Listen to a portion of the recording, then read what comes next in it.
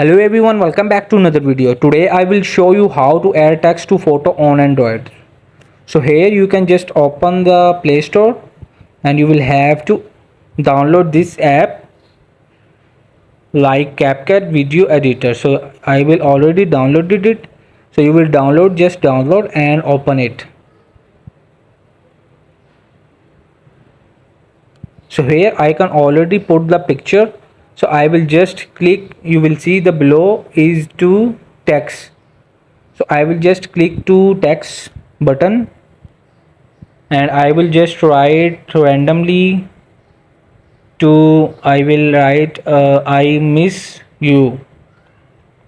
It's an just example to teach you how to add text on photo on Android. So here you can just select the fonts like stylish or formal. So the choice is your, and you can also add animations, but it's simple is best. So I will just click and edit it, you will see. So it will be add and I will just save to exporting to my album gallery.